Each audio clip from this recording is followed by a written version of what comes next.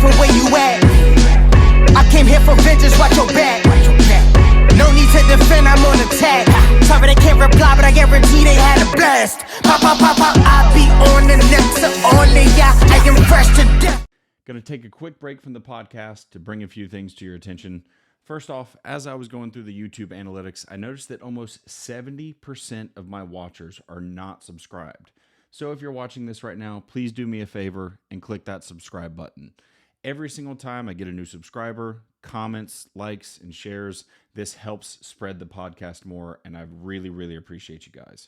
This podcast has no paid sponsorships, so the best way for you to support my channel is to support my sponsors. So Labrada Pro Series is my supplement sponsor. We have a full line of products with some new ones coming. The pre-workout is on the way right now, and the new Labrada Nutrition RTD pre-workout is about to hit the market as well.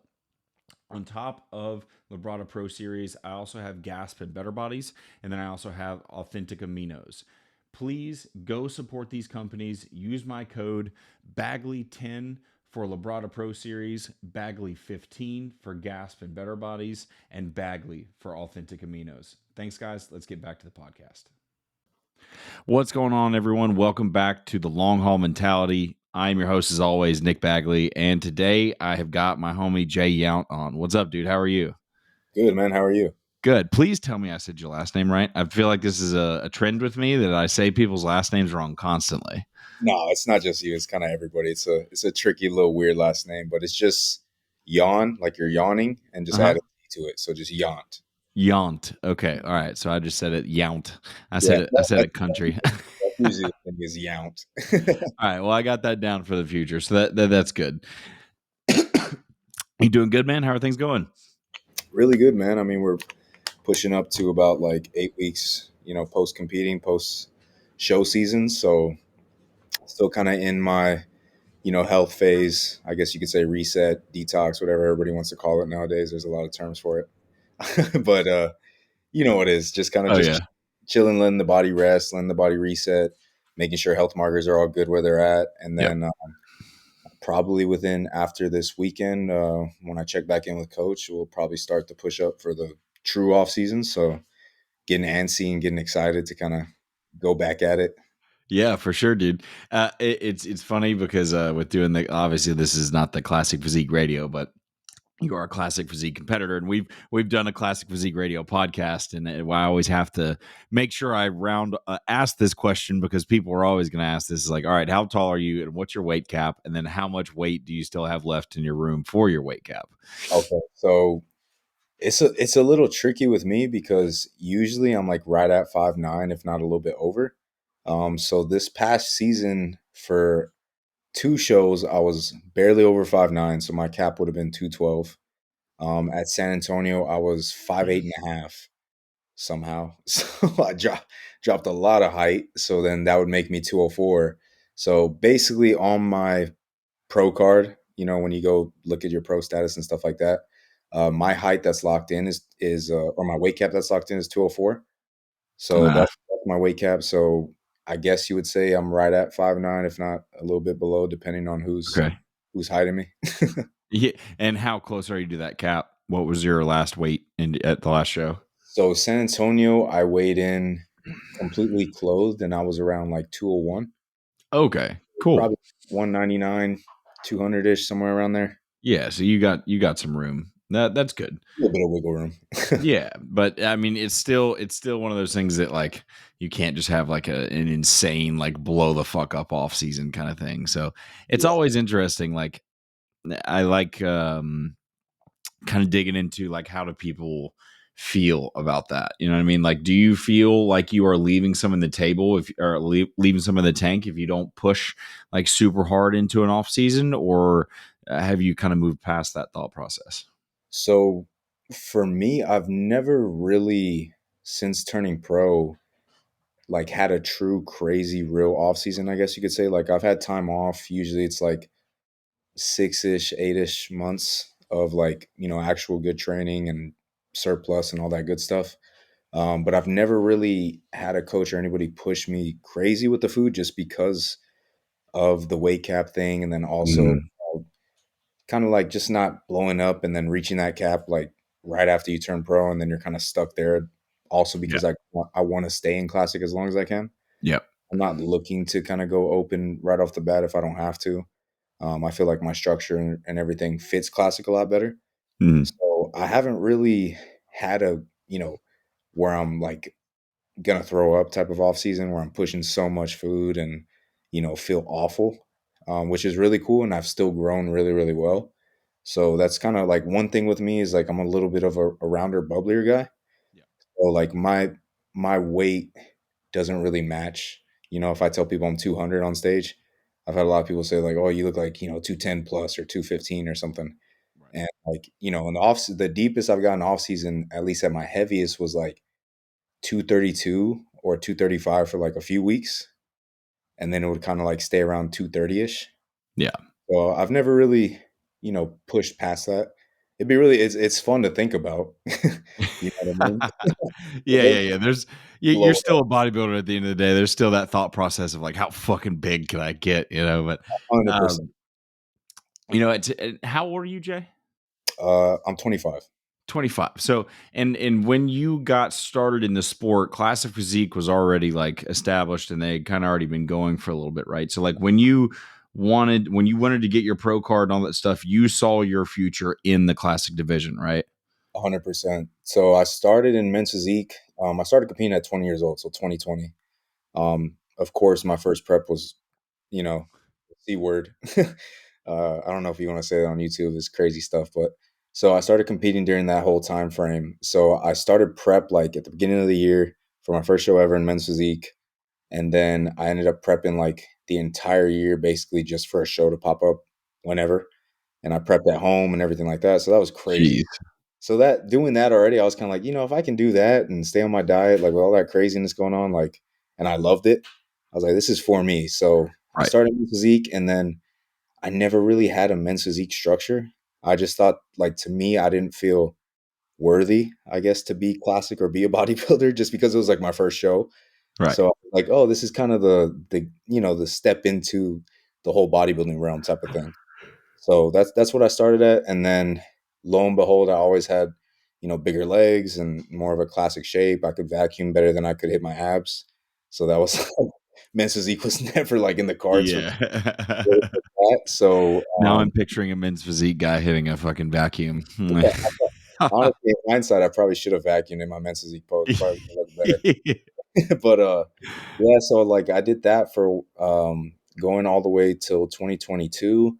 And then I was gonna do nationals in men's physique, but like 10 or 11-ish weeks out, I was with my coach at the time. I was posing with him, and he was like, "You know what? Like, just take off the shorts, put on some posing trunks. Like, this is ridiculous. Like, let's just see you hit some shots." So I did, and it was like from there on, I ended up doing the Kuklo for my first classic show ever. Won that at 22, and then went to junior nationals right after that. Won the entire junior nationals overall at 22, and then ever since I jumped into classic, that's when things kind of took off a lot better for Yeah. me. And the reason I asked that question is because it kind of prefaces where we're going with it is like you going into the sport now being like, I am going to be a classic guy. It makes sense why you've set up your off seasons the way you have, and why it also sounds like you've had some pretty good coaching over the years, like the fact that the previous coaches would have the foresight to go, all right, we need to improve, but it's not this all out chase for size is a really good thing.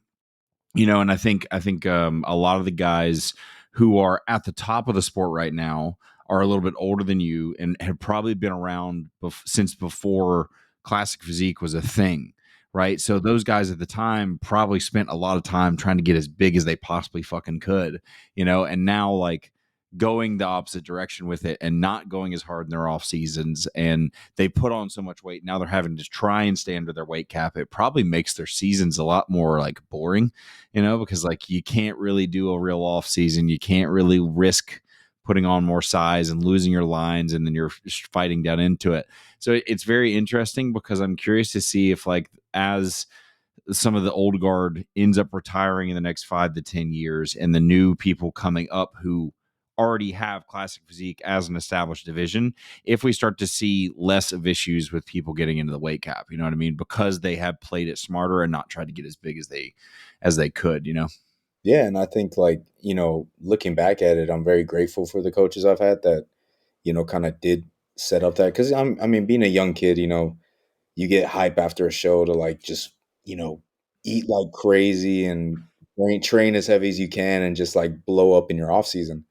So I've always had, you know, the coaches keep that in mind. Like, hey man, like you have the shape, you have the structure. Like if you just get heavy as all hell, like we don't know what's going to happen with your waist. We don't know what's going to happen with your lines and your details that make you classic, right? So that's kind of what really I actually love about classic too, is I feel like, yeah, it'd be really cool to kind of just, you know, go gung ho and go at it real hard and see what happens.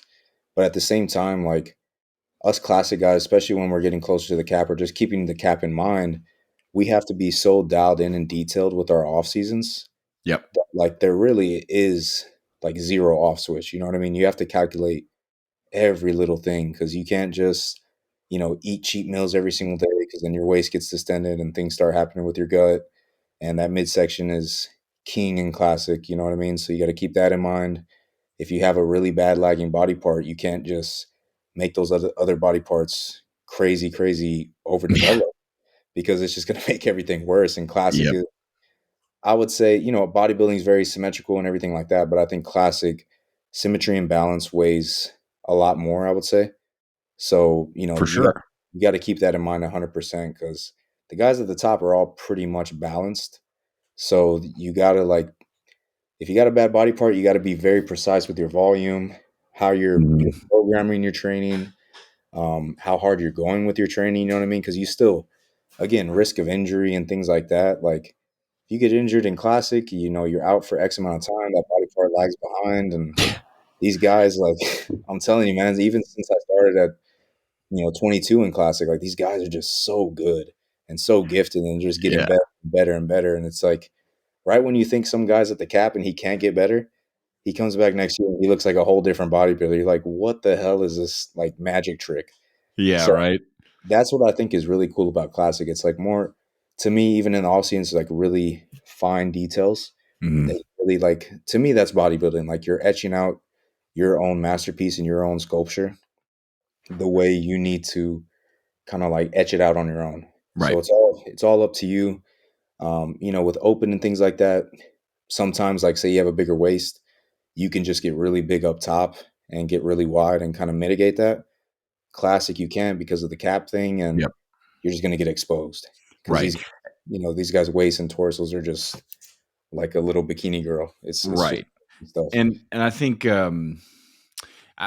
honestly, if more bodybuilders took that same approach and just scaled it up a little, we would see a lot better physiques on stage, and we wouldn't see people end up as burnt out or losing their lines over the years and those kinds of things. And this kind of goes into the main topic that you and I were going to kind of discuss, is like this pressure and over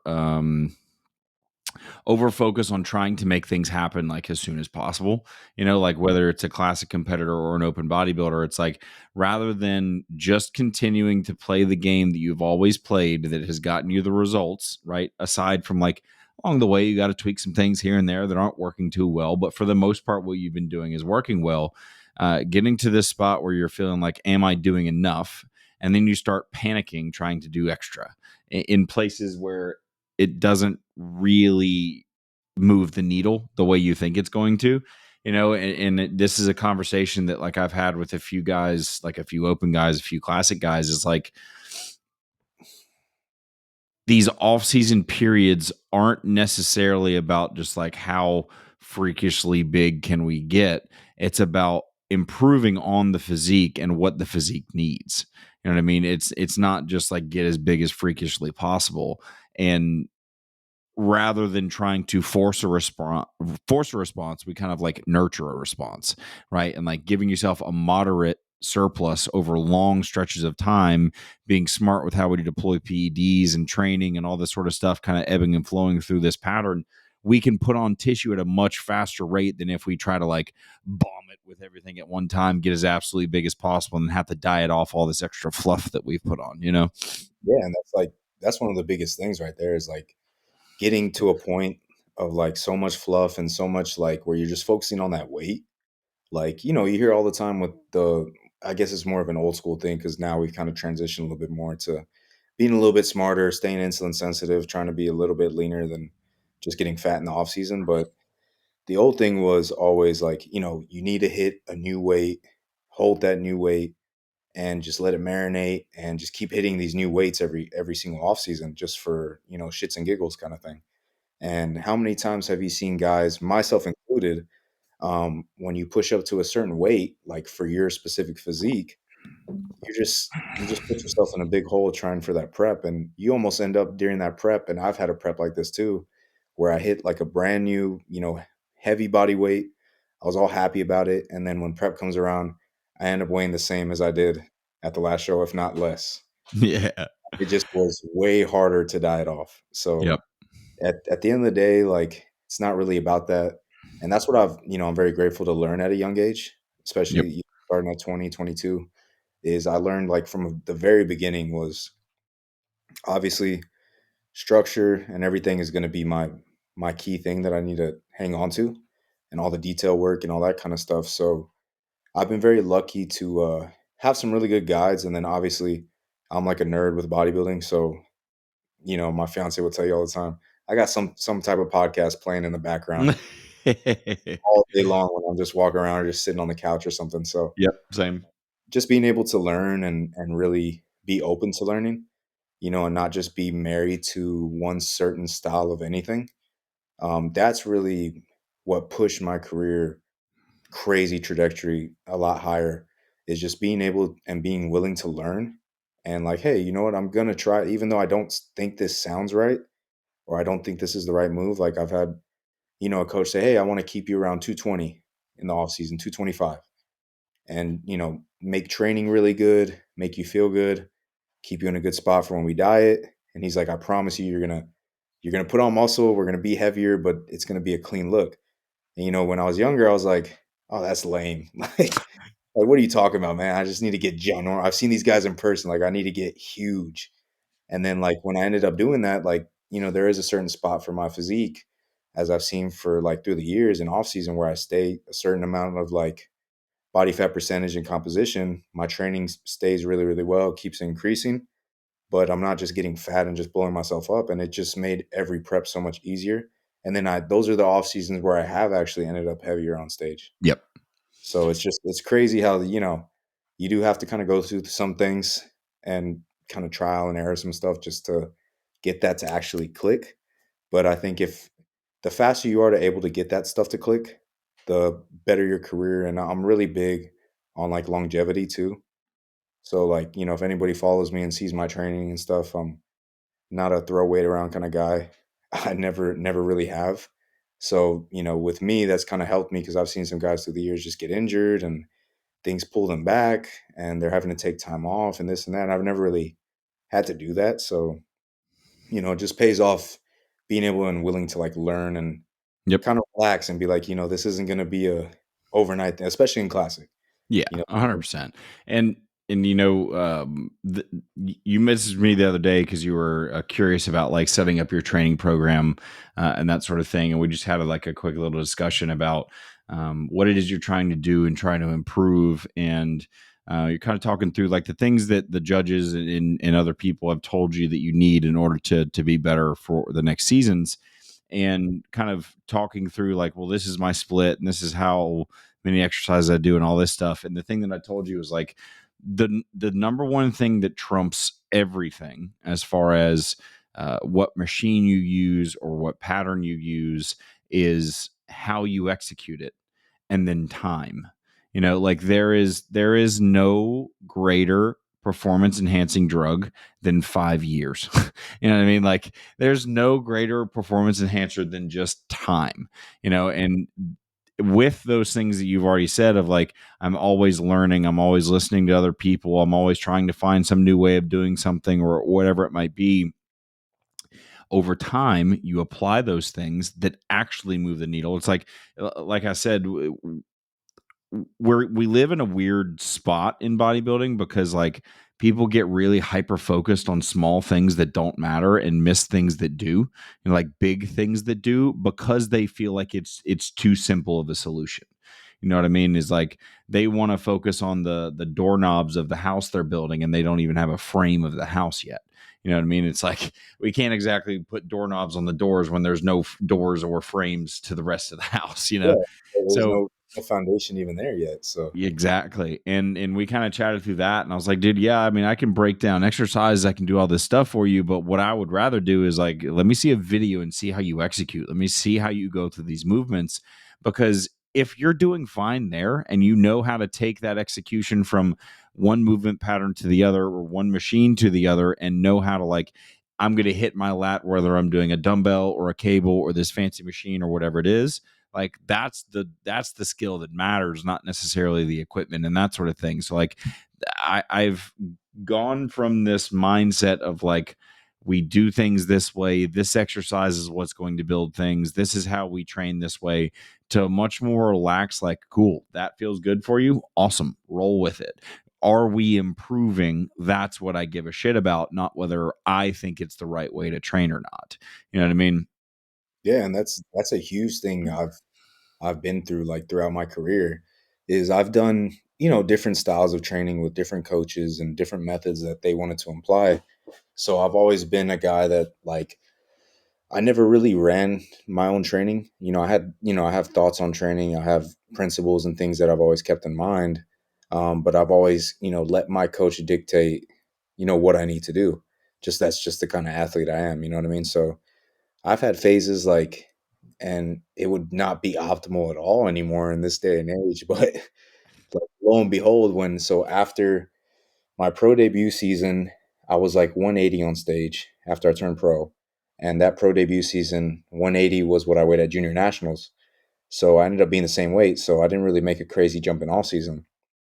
So with the coach I was with at the time, he was a very big advocate of high volume, like very, very, very high volume, like old school high volume. So I did pretty much like I had no logbook.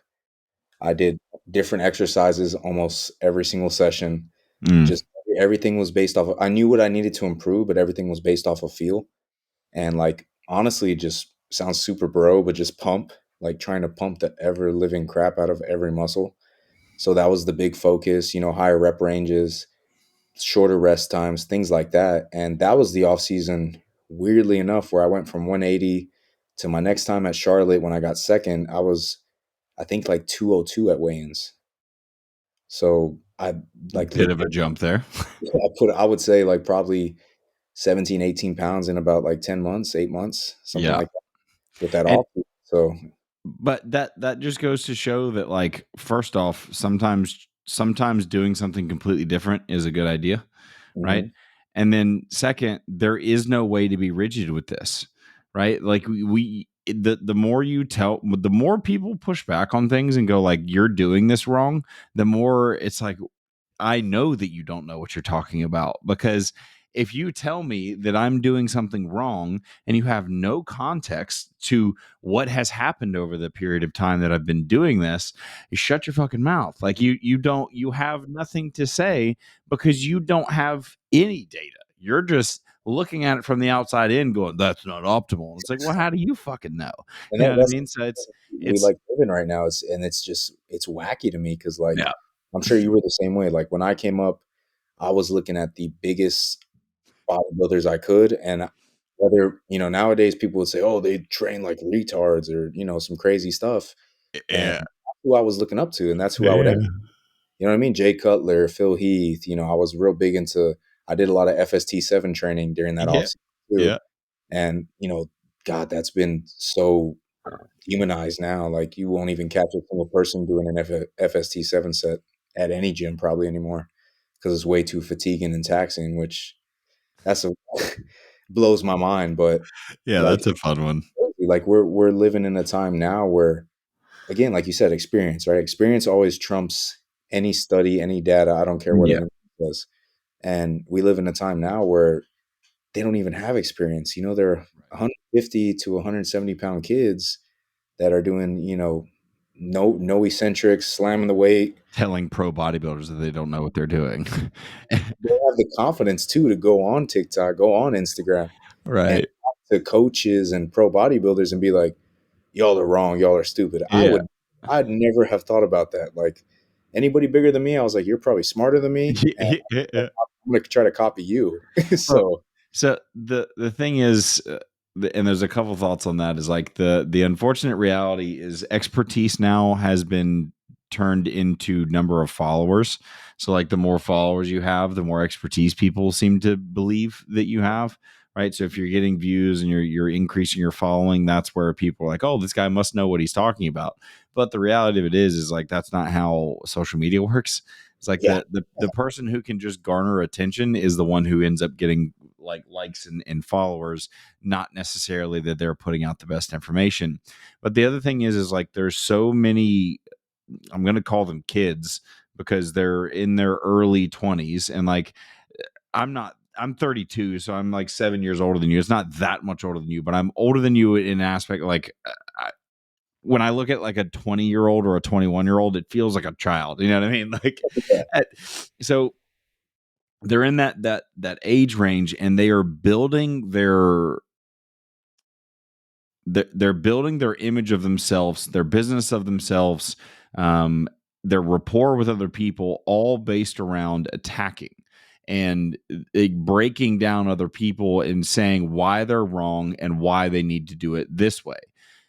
And the unfortunate thing is like at some point, if you want to get better in this career field, you're going to need to go to places and do things with other people in person. You're going to go to the Olympia. You're going to go to the Arnold. You're going to go to pro shows. You're going to go to local shows. And you're going to have to deal with these people. And you're going to have to speak to them face to face. And when you've talked shit about every single one of those people that's in the room, telling them that they're all idiots and they don't know what they're doing, they're all going to tell you to go fuck yourself. And then you're going to be alone with your fucking computer and your phone until you die. Like the reality of this situation is that at some point you have to stop putting other people down, or nobody's going to want to deal with you after this little flash in the pan moment that you have. Even if it lasts a couple of years, that's still a blip in the lifespan of a career. You know what I mean?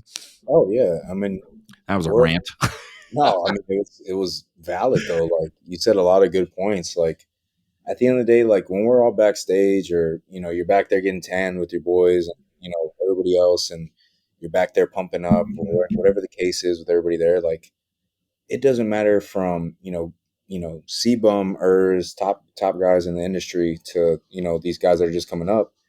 We're all doing the same thing. We're all going through most of the same stuff. We're all trying to do the same similar thing to get the similar outcome. Some guys are just at a higher level than others, but we're all relatively in the same boat. You know what I mean? So I don't see the value in, bitching and complaining and fighting people over training principles or diet principles or things like that. Like, I'm all for open communication and conversation, but the whole thing like nowadays about tearing people down and, doing the little floating head thing, which, like, I talked to Jared Feather a lot about that thing because I know he gets some good rants about it. Is all you see is the green screen thing, and you have that guy's video or whatever in the background, and they're just talking shit for 5 minutes about that guy. Yeah. But that's sadly the content that gets thrown out there and gets put in front of everybody's faces and gets the most popular. If you go out there and you're just explaining, hey, this is what I do, this is what I eat, that's it. You know what I mean? It's not that hard. But that's not stuff that's popular. You know what I mean? They want to see the, oh, this guy left this coach, or this guy talks shit about that guy. You know what I mean? That's what it's turned into, like a damn novella at the end of the day of Yeah. bodybuilding. It's unfortunate because like the attention that gets garnered is based around so much negativity, and the fact of the matter is like if I messaged you and was like, hey, I want you to come on the podcast and I want us to argue, like we are both going to go into this with our defenses up. And then we're not going to be able to have a free flowing conversation because the entire time you're talking, I'm going to be thinking about how I can get you back and vice versa. It's not going to be a free flowing conversation where I can listen to what you're saying and you can listen to what I'm saying. And that is the environment and the landscape that we live in. And then the way people defend themselves is either by doing the same thing that just has a video rebuttaling things. There's no back and forth conversation about the nuances of this, because the funniest part about this stuff is I guarantee you put those two people in a room together and they have a conversation around this. If they're at least somewhat rational and logical, they'll probably at the end of the day come to a conclusion that they both think very similarly. And that's the funniest part about this shit is like there's certainly some wild stuff on the internet that I will never get behind, and I truly don't know like if it's just for clicks and likes or if people actually believe that this is a good idea. But like, I was with Hunter this weekend and we went to go leave his house and he's like, dude, look at this. And he shows me a video and this kid had like taken those hollow, I know exactly uh, what you're talking the hollow fucking about. foam rollers, The put foam his roller. arms into it, and then was doing flies with it attached to that, so like his elbow didn't bend and stuff. And Hunter's response was like, the fact that he can fit his arms inside of those tells us everything that we need to know. And it's That like, shit okay, how much of that is that kid genuinely being like, this is what I believe, and how much of it is like he just wants to fucking get attention and have people be like, you're an idiot, and yeah. like it really that's the question I think we're always going to run into. But it's certainly a very interesting landscape where nobody wants to listen to the guys that came before us anymore, when like you said, the first person you went to was the biggest guy you fucking know, and go, well, what do you know? And then you apply it. And if it works, you keep it. If it doesn't, you don't. 100%. Like it's really that simple at the end of the day, and that's what I've really come down to is like I love nitpicking and like really getting super super deep into things just because that's just how my brain operates, right? I'm trying to be as best as I can, be the number one guy in the sport, for what I can do with my physique and things like that. So you do have to look at yourself with a very detailed, little eyeglass and scope everything out and make sure you're doing everything you can. I just really enjoy that. But at the end of the day, when you really sit back and look at everything, it's not that difficult and it's not that deep. Like we were just talking about, like movement patterns and things like that. Like really thinking back at it, I had a time where my back was like a really bad weak point, and I would say it's still a weak point, but it's gonna like a tad better, I hope. But when it was It's really, good, man. Your when it back was looks really good. bad, I like, I really just took a step back. I was like, you know what, I'm gonna do what these guys are saying, and 3 4 second eccentrics, pausing in the end ranges, all that kind of stuff. And when I look back at it, I made a little bit of progress on my back, just from like leaving the ego out of it and trying and feeling things. But at the end of the day, I was thinking about my tempo and the pauses the entire time during that set. I was not even thinking about the muscle or just letting that muscle move and feeling everything. I was Mhm. thinking about tempo and counting my 1, 2, 3, 1. Like it was like trying to, and that's again like a lot of guys, you'll hear it over and over too, is like move like a robot. And I'm like, why? Yep. There's the human body moves in unison with a lot of things. Like Yes. that's what I came to terms with too. And one of my coaches brought that up is like, I used to be very rigid with my back movements, right? Like almost too, like you don't want to be, willy nilly, but like you want to get in positions and just let that lat move. And you have to let things open up. And like, I forgot who I heard it from. I don't know if it was Hani or something like that, but thinking about the back kind of opening and closing and opening and closing, you Hmm. can't do that if you're just like rigid, just staying here and just pumping. Like you're not going to get that depth and that movement of the back actually working. Yep. So, one of my coaches brought that up to me, and it's worked better just letting my back free flow move and then just knowing where I'm trying to put that tension and like keeping that in the back of my head. And that's it. Like even now, like I used to be big on like really slow eccentrics, and now I'm just kind of, if it feels good and I'm controlling it and I have control through and I can stop at any single point of the movement, like I'm good. I don't need to be Yep. thinking about it. I just need to make that tempo standardized so I can like kind of track things in a certain way. Yep. But that's kind of it. Like it's not that crazy deep as people make it seem. It almost like makes it worse in that way when you Yes. analyze. Yeah, you start to overthink things, you start to try and pay attention to too many metrics, and then you lose all of like what actually matters. Like we talked about at the beginning of this, it's like that point that you made of like you were counting in your head of like, all right, I got to do 3 seconds, I got to do 4 seconds, and then completely not thinking about actually contracting the muscle that you're trying to contract is like, yeah, you're missing a big chunk of things here. Like I would argue that like feeling that lat move or feeling whatever muscle move while using a weight and going close to failure is going to by far outweigh any results that you could get from a slower, well counted out rep. And the thing there that you said is like, you don't pay attention to the exact amount of time anymore. And I think people have come to realize that, like, yes, we need time under tension, but this hyper specific, I have to count 3 to 4 seconds every time I go down is like absolutely ridiculous. So I always tell clients when they ask that question, it's like, don't overthink it. Just be in control of it. Let the muscle that we are trying to target let go. Let it go. Don't just drop it and let things go back to where they started, but just let that muscle out and then squeeze it again and let that muscle out and squeeze it again. It's like it's this ebb and flow of the contract and the let go, but it's not just a drop, and Yes, you can exactly what feel. you said right there. Like that was the perfect analogy. And that Yeah, was I struggled with too, is like, because again, like you think about your lagging body part and you're like, I want to do everything I can to like feel every bit of that movement so I know it's there. So again, I took a lot of stuff from, really smart guys in the industry and I tried to apply it and I just didn't like it and it didn't work. Like, the pausing and the end ranges on almost everything, where like, you're in a chest press and you're pausing for like a whole second in the stretch. Honestly, for me, that hurt. Like sure. it didn't feel like, yeah, I know it's supposed to hurt, but it didn't feel good. Like, and then now I'm going back to kind of what I used to do, especially when I made that big jump in the off season with that kind of higher volume training. Like I just when I felt it on the muscle, I just went and I just kept it going and kept Hmm. and like and I ran into the pain and I kept it going.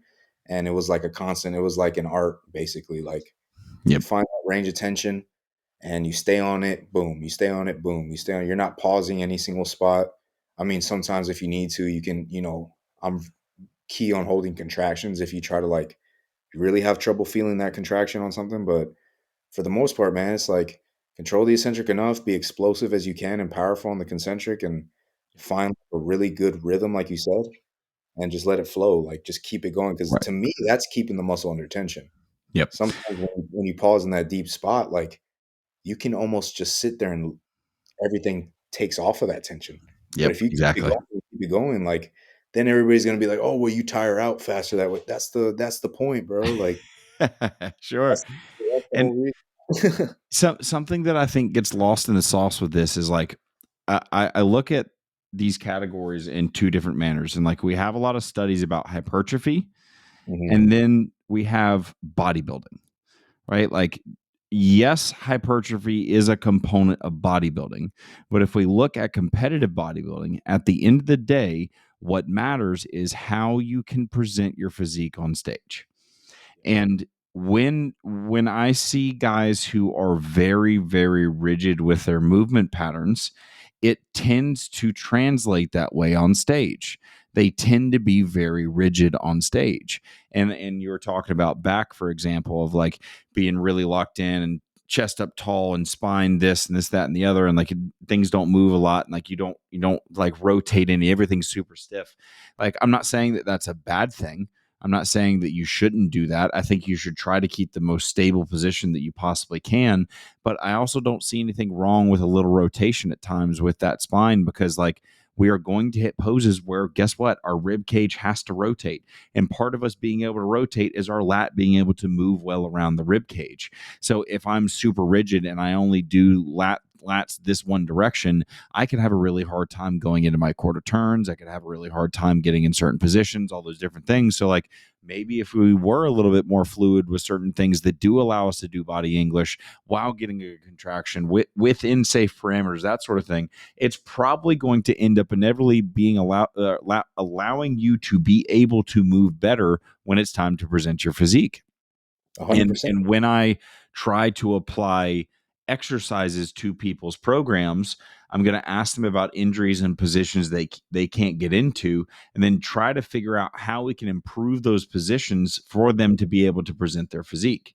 And like I think that's something that often gets overlooked, and people just go, you need more shoulders, do this lateral raise, right? They don't think about, okay, well, what issues do we have at the shoulder that are preventing us from being able to make them bigger, and how can we make that position stronger to build a better foundation, right? So it's like, if I can't get overhead, if this is as far as I can get my arms overhead, I'm not going to be able to do a good ab and thigh, right? So maybe I should find some stuff that allows me to get to a position where I can comfortably put my elbows over my head and get into the position to present the physique correctly, So there's a lot of different aspects of that you're 100% right on. It's like, if you aren't so rigid on it, but still have some type of set parameters around how you execute it so that you're improving from the right places, then I think it can be extremely beneficial.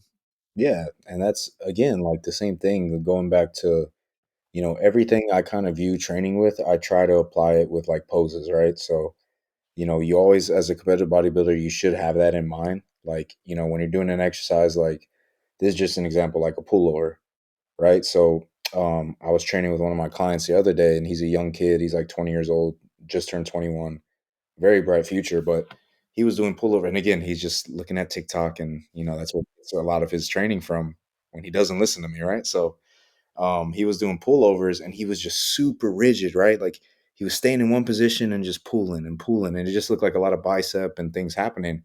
And I'm a big believer with pullovers is like, really reaching, stretching, and then when you come into the pullover is like coming up into it, rising a little bit, and kind of almost feeling like you're hitting like a Christmas tree type pose, like before you go into your back pose.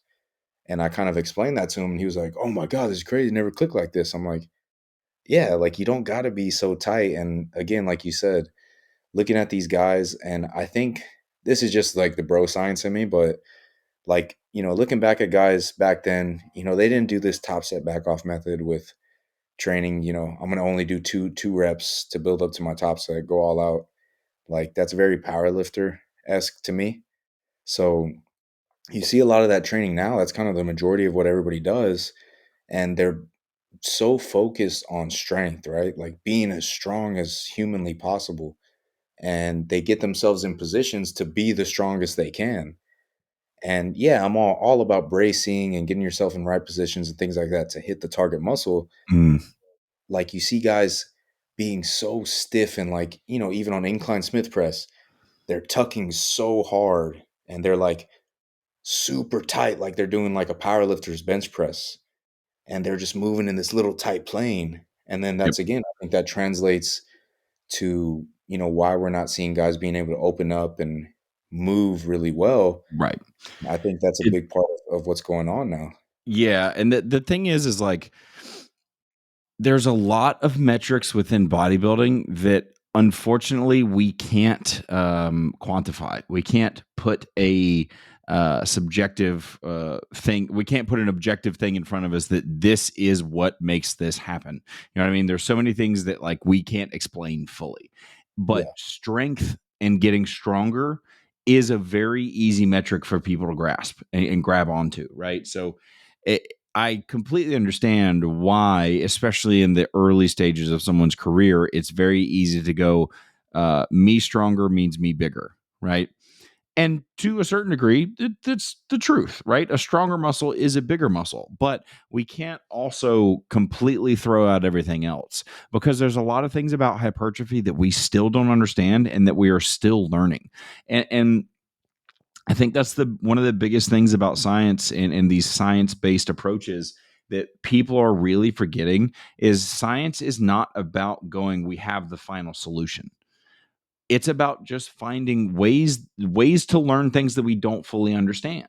And the thing is like things that we thought were well established 15, 20 years from now goes, oh wow, that's a lot different than what we actually thought it was. There's so much nuance and so much things that are intertwined with each other. It really becomes difficult to understand fully what's actually making the biggest difference here. But again, like I said, the easiest one to quantify is I got stronger, I got bigger, right? When we know that like the subtlety of that is not exactly the truth, you know. It's like, yes, do we want to get stronger?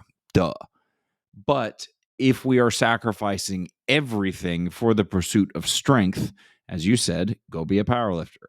Go do squat, bench, dead. If you want to be a bodybuilder, there are a lot of nuanced things that you have to do in order to create a complete physique. And it really like it really eats me up when I see some of these guys who are younger, who have the potential to be really, really good bodybuilders, but because they have this uh, strength over everything, end all be all, send it every single session, because they have that focus, they are only getting the only things that are getting better are their strong body parts, and all of their weak body parts just stay right where they are. They don't get any better, they don't get any worse, but because their strong body parts get bigger, they become a worse bodybuilder. You know, if they're telling you that your delts are too big and your chest isn't big enough and you keep training the same fucking way, it's going to keep going that way. You know what I mean? They don't ever, they're not, again, like that's why I talk about being like a student and being open and willing to try things. Yep. And that's what I've done my career. I'm not saying I'm, one of the great guys or nothing like that whatsoever. It's just, I think one thing I attribute to the little bit of success I've had so far is being open and trying things and seeing what works and what doesn't, and not just being like, this is my camp, this is what I do, and everybody else is just stupid and they should really do what I do. Right. And sadly, that's how the world works right now, especially Yep. in bodybuilding. So Yeah. that's even something I'm trying like now, like, which it's almost like I'm going back to what I did with that higher volume approach, just like now that I've learned how to approach things a little bit smarter and not like pretty much blow my load on the first set and then be tired for the for the Yeah. rest of the Yeah. Yeah. 4 sets that I have left or whatever. But especially like, working with my coach now, he had a conversation with me, and when he sent me kind of like my program and things like that for training wise, it was literally just a volume metric. Like, this is the amount of exercise I want you to do. This is the amount of working sets I need you to do. And that was it wasn't like a layout, like do this exercise. It was like whatever you feel you want to do and works, do that. And I want you to stay 10 to 15 for almost every single bit of everything. Yep. And that's when I made that big jump. That's what I was doing. I was not, again, because, now I might track things a little bit more just to be more accurate. But that's when when I wasn't using the logbook, I was like 10 to 15 to even 20 on everything. And as long as I was in that range, I was good. And I didn't care what if the logbook was moving up or down or whatever the hell was happening. And that's almost like what I'm going back to. And I've been doing that, for probably maybe a little bit over a week now. And like, dude, the pumps are just out of this world.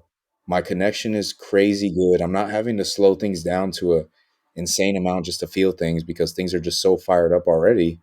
And, I may finish my workout even a little bit quicker. And I just feel like a bodybuilder. Like, Mm-hmm. I feel like if it makes sense, again, this might be a really bro meathead thing to say, but I feel like I'm growing in that Yeah. workout. Yeah, You and know?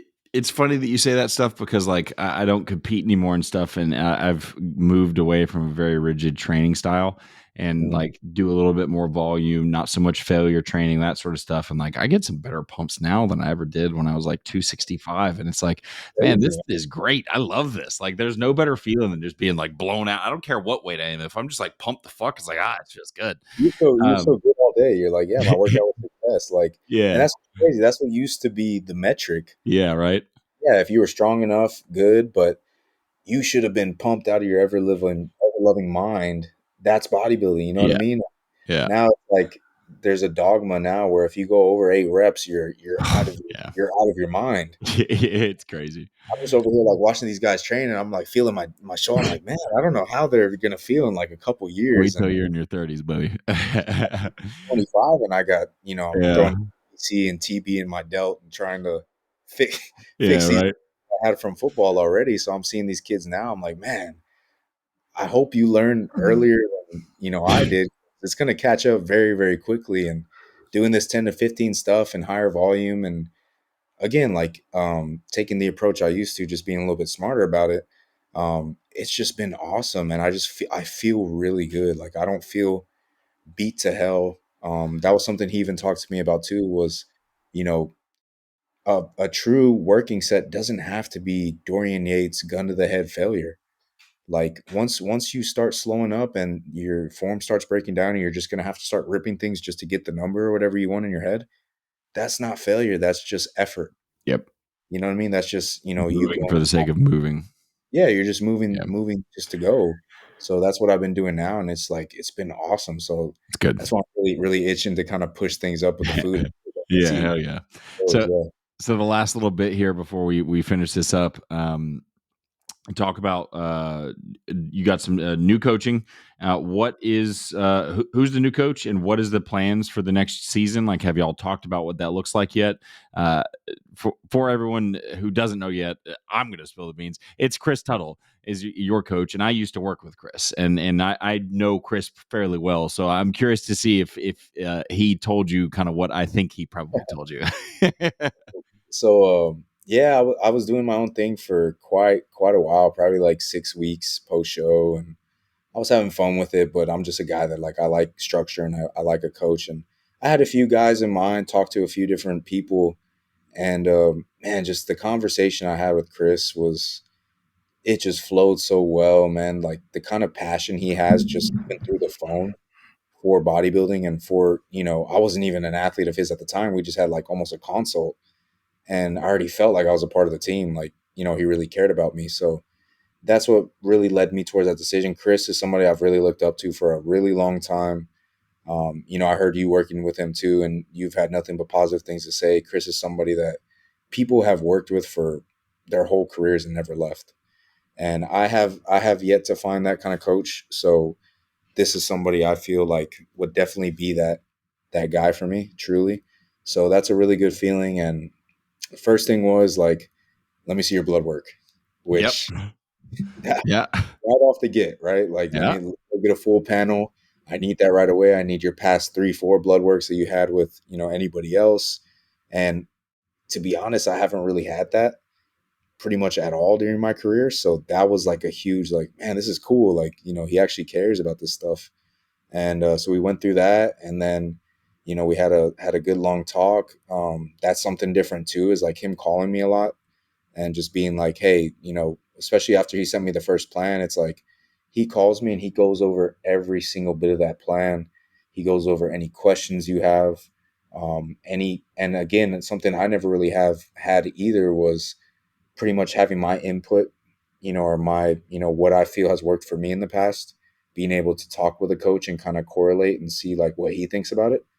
And he's like so open to that. He's like, if it ain't broke, don't fix it. Like I'm gonna kind of like guide the ship. But he's like, if you've been treading good water, and that's gonna lead you down a path that's good, and blood work stays good, all that kind of stuff. He's like, why not? Like that's cool. So that's something I've never had in my career at all. I've just been kind of like a soldier in a way, where I just follow whatever you say, and like if it works, it works. If it doesn't, it sucks. But I just, if you say it's gonna work, it might work later. You know what I mean, kind of thing. So Tuttle, it, the thing that I always say about Tuttle is he's very logical, and it's funny that you have to even say that, because you feel like that should be like a baseline thing. But yeah, having worked with Tuttle for as long as I did, and still having a close relationship with him now, like he's had a lot of influence over me and the way I coach and the way I communicate, all that kind of stuff. And yeah, logic is probably one of, if I had to use one word to describe Tuttle's coaching style, it's logical, which is again a funny thing to have to even say. But so what was y'all's conversation around what the next season looks like? So I mean, honestly, this was what really made me lean towards him even more, is like he didn't even really think about talking about competition plans or next year or anything like that. He was Yep. literally, I want to get you healthy. Once we get healthy, we're going to get big. After we get big, we'll go from there. Yep. That That's was literally exactly what I figured he was like going to say. the awesome thing I've ever dealt with. So, and that's like something too. Like, you know, you watch all the podcasts. I've watched all Tuttle's podcasts with Milos and everything from the years going on and even now. And like, he's a very extremely detailed guy. So, you know, somebody that might not work with him or haven't talked to him, you may think that he might be more of like a Jewett type, you know, like very, very super, super detailed with fine details of everything. And he's not. He's like so simple. It's almost makes you like think that, oh, do I need to do something extra? Or it's just like it's all kind of based off you. And that's what he says. He wants you to know your body. He wants you to be in tune with your body because you're in your body, not him. Hmm. He's just the guy putting together the best possible plan for you. He's the guy Yeah. that's going to keep you healthy. And that was one of the biggest things too, was the whole health thing. Is Yep. I haven't really had that in my career. I've had to kind of, you know, push to send blood work sometimes to Mhm.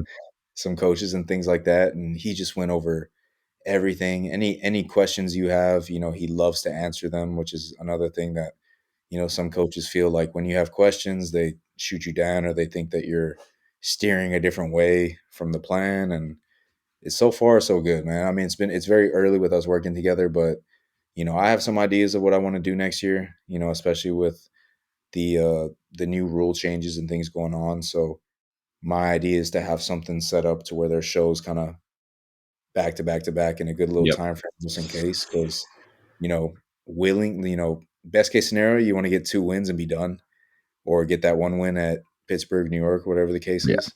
So, you know, definitely talking with him about things, but yeah, it's just super refreshing to like have a coach where you're just focused on like what's in front of you right now, rather than like, okay, this is what we're planning for this show right now, and it's 8 months away. It's Yep. like, I don't know what the hell's going to happen within the next 3 4 months or Yep. 5 months. It could take me a year to get big to where, you know, improve enough to where he wants me on the stage. I You know what I doubt mean? it. I doubt it. I doubt I don't. it. I think it'll be pretty cool. So I think No, we'll but make really good progress. I think that's a great fit, man. I think Tuttle's going to be a really good fit for you. And you know, if you look at any person that has worked with him, like myself, Jordan Hutchinson, like any of these guys that you can name, like one of the things that Tuttle is the most like anal about is making sure that as you grow, you stay lean, you know, and like with having the set parameters of like you have a weight cap and there's only so much weight left in it and whatnot, like you know that he's going to keep that ultimate goal in mind and not just be like, oh shit, we got to do all this extra work to get you under because we got you too big. You know, he's going to make sure that you guys play the game of improvement, not just gaining, you know, and I think that's a huge thing. And, you know, I think, Tuttle doesn't get enough flowers, if I'm being honest. You know, I think, when people start talking about like the best coaches in the industry and stuff, he gets left out a lot because he doesn't have a lot of like really high level athletes. He's got a lot of pros and he's definitely got some really good guys. And like, I know a lot of them and stuff, but it's not like he's not got like a bunch of people in the Olympia and like all this stuff. But like Tuttle is an amazing coach. So I would love to see like, it's great seeing more athletes who have bigger names and have these really big trajectories and like ability to go to the highest level of our sport start to go over to him. So I'm definitely excited to see him doing that for sure. And excited to see what you guys do together, man. I'm beyond hype. Like, it's only been a very short time, but I've kind of had that spark lit again for bodybuilding with him, and Good. it's just me like a kid Oh again, like yeah. I'm starting fresh. And yeah, like he really doesn't get enough credit, man. Like, I've always looked at him like one of the best guys in the industry, but I think he also doesn't get that credit because he's not one of these guys that He's not loud. He's posts his yeah. athletes everywhere, all over social media. Like, I'm better than this coach and that coach. Like, he don't give a shit. He just produces results, and you know, that's why these guys stay with him for so long, and 100%. everybody's nailed. And you know, another thing with him is like that guy collects so much data from you, like it's almost impossible to kind of miss. Yep. You know what I mean? And Oh that's yeah. what makes me feel really good as an athlete, is like even in off season, man, like where this is something new for me, is doing like info check-ins. I don't know if y'all did that when you were working with him. but Oh, I'll have, just like a check-in with no pictures, just yeah, information or it's whatever? Yeah, just yeah. like an email to him of all the, how's digestion, Answer sleep, to all some the, questions. Yeah, yeah, yeah. Yep. yeah, I've never had that. It's just like, kind of go over some of those things barely on your regular check-in.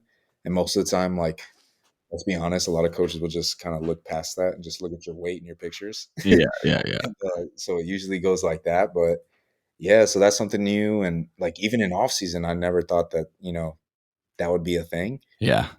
So it's really cool to Yeah. already have him, really eager to get all that data and info from me, like even in this stage. Yeah, yeah, for sure. So definitely excited to see what you guys do, man. But we're coming up on an hour in the recording now. So do you want to plug anything? Like, what's your Instagram? Where can people find you? What you got going on right now, man? So my Instagram is going to be Yount, so JAYYOUNT_. And then I do have a TikTok. I think it's like IFBB Pro Yount, something like that. I don't really post too much on TikTok. I probably should. I have a YouTube as well, which should be IFBB Pro Yount. And then shout out Hostile, shout out Hostile with Yes, the sir. supplements. Code J10 over there. Shout out Flavor Gang for the cream of rice and the really good sauces that keep me happy. That'll be code J over there.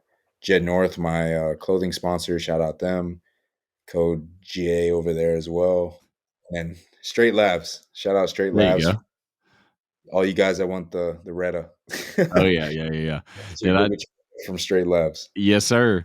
All right, man. Well, I really appreciate you coming on, dude. This was a really good conversation. I think a lot of people like in your similar position or wanting to be in your position are going to really pay off to that. Hi, pup. Guess he wanted to say what's up. Mine was in the other room chewing on a bone, so hopefully he's still good in there. But He's occupied enough. So for everybody who is still watching right now, make sure you do the YouTube thing, like, subscribe, share it with your friends, and we'll catch you on the next one.